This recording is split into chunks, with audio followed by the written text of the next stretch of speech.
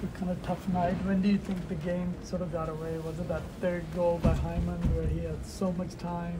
He was surprised he's open and kind of skated right to the front. Yeah, I think that goal and then the shorthanded goal that made it 4-1 really demoralizes you, because I thought up to that point we were competing and giving ourselves a chance, and you can just feel it after the shorthanded goal coming in the period.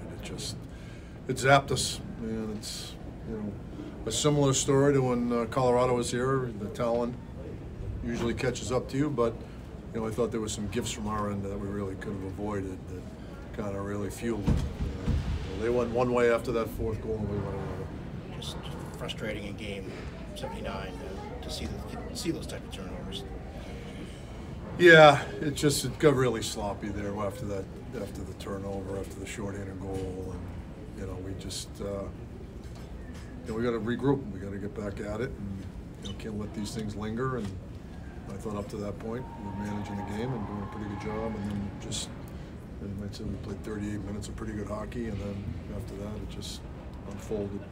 Now, we talked about the importance of adding team speed, but there's also a premium on adding playing fast too, so speed. Absolutely. Mentally. Absolutely. Yeah. There's got to be way more awareness from our end. And, playing fast isn't skating fast. It's really having an anticipation of what you're going to do. And, we got too many guys right now that are just not paying attention and not alert enough. And, it's the reason why we struggle. These last couple of games give you, an evaluation as you go into the offseason. Yeah, every guy should understand that. We've got a laundry list of guys that are fighting for their careers, and everybody's evaluating you, not just us. There's probably 31 teams in the stands making an evaluation, and you got to make a decision. You got to make a choice. If you want to be an NHLer, you got to play better than that. I've been meaning to ask you this for a couple of months now, but today's the last home game, so I got to throw it out. Why not let Carlson just play forward for next 3 games and put another defender in? Yeah, I think I trust that he's going to get to where he needs to get to playing defense, and I think it'll be if you want to do it right.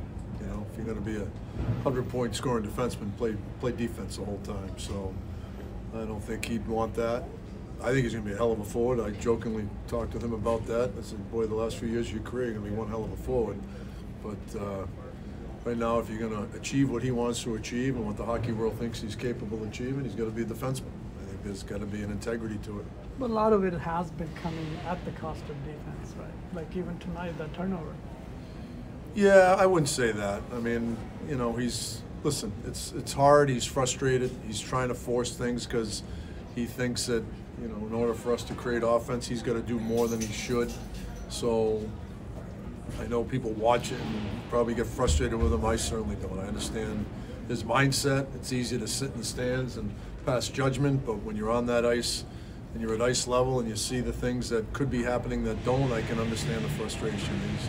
He's trying to force something because he wants to do what's right for the team. He wants to create scoring chances for us, and he's done a remarkable job of it throughout the season. And it's not at the cost of his offense isn't at the cost of defense, more so than any other high-scoring defenseman. Usually, when you get high-scoring defensemen, there's going to be some give and take, and you got to live with it. And he's a world-class player. And,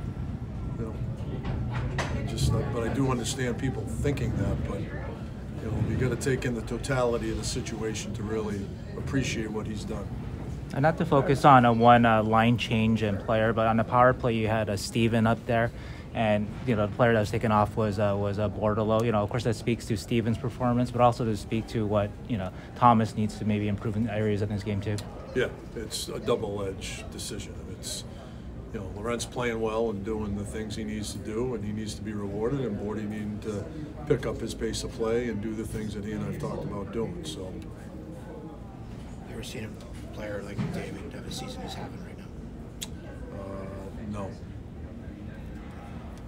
Is there a way you look forward to his team has to Do I compete? look forward to coaching against him again? No.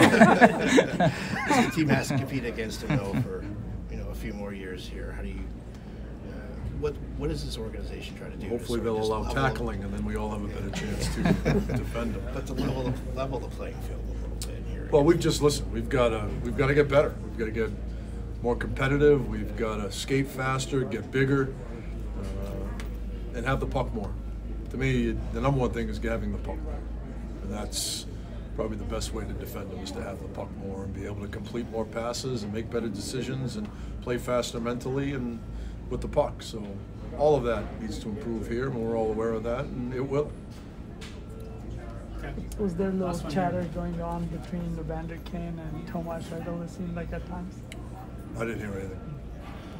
Any update on Mark Edward? Yeah, nothing yet. Is that upper? Lower. Thanks, David. Yep, Hey, no thank problem. you. Thank you. Uh, Yep, no, I get it.